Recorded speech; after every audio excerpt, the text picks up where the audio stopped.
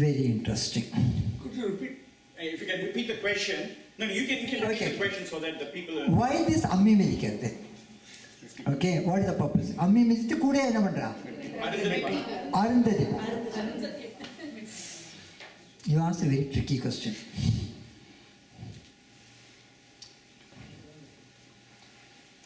Ammi Medikirthu, bit of confusion. Ahalya Sapa Vimochanam takes place when Rama sets foot on that kal. Kaivannam, Kalvannam, Angakandane, Kaivannam, Ingakandane. Who says that? Kamban says Kalvannam. Tottavanna kal became Ahalya. It's a bit of a sad thing. Has anybody heard of any good story about Indira? Impossible. When you have power and resources, it's very difficult to be good. Indira is a shining example. You can think of 20 stories. In all the 20 stories, the Bhagavad is a villain. There's no questions at all about it. What is Ahalya's husband's name? Gautama. Ahalya, Indiran kind of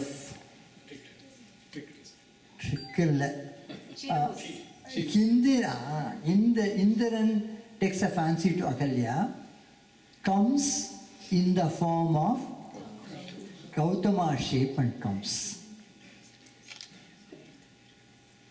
Ahalya realizes it. She nevertheless pleases him. Valmiki Ramayanam talks about it with the word Devaraja Pramodaya, something of that kind. I have a good friend, director of studies of the Costume Institute, several years elder to me, Sanskrit scholar. You know, this generation of people, like Samskrita Bharati people, who are not caught in the tradition, we can take a look at something coldly. We are the people who add value. Ahalya was flattered by Devaraja himself coming, and she kind of played along. So, Ammi Medikal is to show that don't be like Ahalya. Arundhati is a star. Be like Arundhati. Even at least this to be understood, because my worry is, a few years later they will bring a mixer grinder and put their hand foot on. For that not to happen, at least make sure. It's good for Maya mixers and appliances and all that. But the point is, at least make sure that doesn't happen. You should understand the story. That's why it's a good question. I felt it's a tricky because I didn't feel good talking about Ahalya falling for Devaraja. What about the Janvasam, which was just for introducing the groom to the community? Janvasam is, that's the point. Janvasam is not a Vedic prescription. You have Parambhakvatala, Kalyanam Sir, Janvasam and all that. If the scoundrel is already married to somebody, somebody else will say, this is what it is, so take him through. Traditionally what used to happen is, the one part of Nichitartham will take place in the bride's village, so that when the grooms go, anything is wrong, they will hear about it. What Kalyanam will take place in the groom's village. So anything is wrong with the groom, you will hear about all of them. So that is, Janvasam is one of those things. These are all social. We know, perform everything in a matter of half an hour, tuck, we finish all that. So it doesn't serve the purpose. But there is a counter here. Did any of your image have that yoke? Yes. This yoke is something, like the Christian weddings have a very, very important thing, very interesting thing. In the wedding, the priest will announce, if anybody has anything objectionable at the bride or the groom, please come out and say no.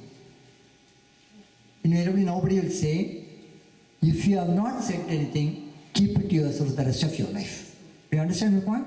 Once that wedding has taken place, the past is of no relevance at all. This yoke ceremony is symbolic like that. It also has now been established that when you put that palasati, it generates serotonin. If you do plastic scale in the place of yoke, it doesn't serve the purpose.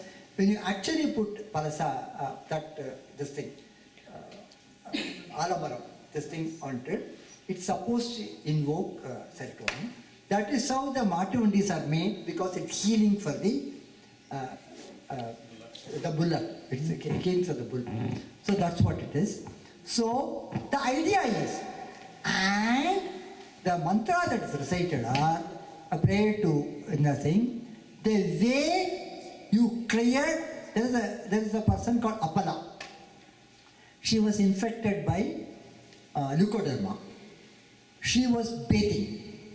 Accidentally, she took leaf and pressed it or something.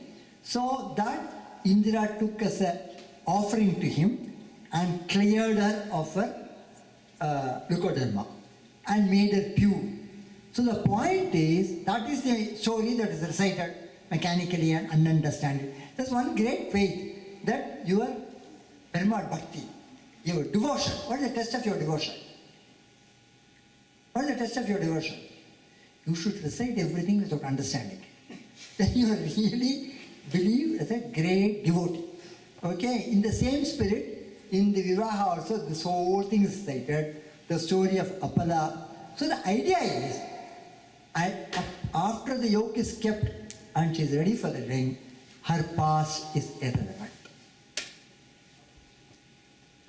So, a lot of these traditions, whatever you have talked about, these steps, a lot of I've seen in South Indian weddings. I have not seen a lot of North Indian weddings, but are there a lot of commonalities, and where they differ? Can you? Sure. This is a favorite subject of mine. My daughter Rukmani's friend Premada, she married, they are Palka Tigers. She married Rohit Agarwal, a Rajasthani boy settled in Madras. I attended the entire wedding. What I noticed was, what the Tambrams elaborately do for 2-3 hours in the morning, the Marwaris do in 20 minutes in the night. It is the same thing. It is really the same thing. And Grihya Sutras have a common prescription for Dvijas, that is Brahmana, Kshatriya and Vaisya. The Shudras are exempted because they can't afford to do all this 16 samskara. They have got to go and plow the field or something of that kind. So the format is the same. Format is absolutely same. If you're looking at intercaste wedding, for heaven's sake understand, the wedding ritual is not different at all. Very unfortunate thing that I have noticed is, I have attended, when a staff wedding and all that, I attended one in Vaiticharan Kovil. The format is the same. So I find Nugatadi, various things are brought by the women of the families and kept there. But the Purohits who perform don't understand it. So they do a shrunken format for the non-Brahmin weddings and think they have done their job. The format is exactly the same. And if you ask the question, Smarta Vaishnava, it's a very important divide in Hinduism. So if you ask what is it, very clear, on the wedding of the day, whether you are a Smarta or Vaishnava, the groom is referred to as Mahavishnu Swarupi. Do you understand my point? So the only differences are minor sankalpa. In Mahavishnu Prityatam is to be said in the Vaishnava family, Parameshwar Prityatam is said. Even Vaishnava, when long ago I was sent by my dad to the nearby Kovil to learn Sanyavana Mandram. I haven't used it, but I learnt it there. So my father, Kumar, அவர் வந்து பகவத் பிரீத்தியர்த்தம் சொல்லுவார். Don't listen. You should say Narayana Prityartham. Do you understand the point? So when you choose to do the division, there is no absolutely no end to it. but there is no substance at all in any of this. But legally, like which of these rituals are required for marriage to be valid? There's a High Court judgment. Until Saptapati, nothing is done. If Saptapati is done, the marriage is complete. So it's only required. Yeah, but Saptapati you can't do without the preceding 5 steps. So Saptapati marks the conclusion of a marriage by all settlement recognizes that you don't have to go to the registrar's office or somewhere for a wedding. So traditionally performed wedding is legally binding. The test of the traditionally performed wedding is Saptapati. Seer Varadakshana Moi idu patti. You have a choice. Nikka vichu sudla, ukara vichu. இல்ல இது மூணுமே little new கொஞ்சம் difference இருக்குல்லையே லைட்டா. அதாவது something is like this has happened. That is traditionally till with Indira Gandhi in mind, Jawaharlal Nehru amended the Hindu Succession Act. By Hindu law, the succession is only by the sons. If a father dies with or without a will, the property comes to the sons equally. And at that point in time, if it's an ancestral property, the father did not even have the right to decide who it will go to. It will go to the sons. That was the law in India for a long time, following the Hindu Samskara.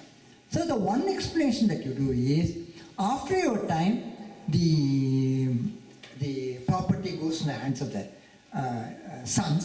In your time, you celebrate the wedding of a daughter and make available some money so they are able to start their life. Moi is an excellent custom. This is the just contributing something towards the. Otherwise, everybody will end up giving a flask. They think it's a brilliant idea, giving a flask or giving an Atraja picture, and they will not know what to do. So they will start repacking and giving it for other weddings. It's all complete nonsense. Moi is an excellent format. You ask Seer is this and Moi is that. So there was a question from the back. Yeah. You stop it there. You had a question? Yes, please. Okay. Yeah. In the North Indian wedding, there's this thing called sindoor thing, like sindoor, right? Where does it fall? Is it very tradition or is that? I'm not familiar with it, but the Griksha Sutras don't. You're talking about putting that. The red thing on the. So they thought the boys know whether she is something that they should follow or not follow. If you have a sindoor there. Not follow. It's about does it fall in the Vedic tradition or is it? You know something. I see it in the South Indian. No, I tell you what. In South Indian wedding, that in the South Indian or North Indian wedding is partly Griksha Sutras, partly things incorporated over a period of time. For example, Mangal Dharam is a very auspicious function, it's incorporated over a period of time, like you made after Mughal invasion and all that, it's incorporated. All this exchange of garlands, swing ceremony, all that are very relevant because that's a progressive introduction of the immediate family. These are all social things that are common to be. In the north, there must have been some rationale behind introducing the sindoor. Are you able to think of something? I did not know. I don't see like because everyone is Hindu, but I don't see sindoor more in the southern part. Yeah. Let me understand. Let me tell you something, pa. I made a. When did it come to Hindu tradition? I made a feeble attempt to kind of see whether I can structure the social part of the wedding. It's impossible because it will vary between Brahmin, Vaishya, Kshatriya. Inside Brahmin community, it will vary between Smarta, Madhva and Vaishnava. Inside the Vaishnava community, it will vary between the Tanjore Brahmins, for example. I don't know how many of them are there. Tanjore Brahmin will not look at a Tirunelveli Brahmin as the same level. So, in that Tamil Brahmin Vaishnava community, there can be enormous amount of variation. So that is something almost impossible to capture. You talk to some, one more thing that occurs to me. All of you should talk to somebody elderly in your family on whether it is Simandam or a wedding or whatever it is, capture their understanding of the ritual. That's when we will understand. There is something called, like the Hindu-Muslim divide, there's a Vadagalai, Tenkalai divide in Iyengars. Okay, nearly as acute as that. There are differences like whether you do the Namaskar thrice or 4 times and all that. So it's almost impossible to capture. I guess we are running out of time, so we will end the program here.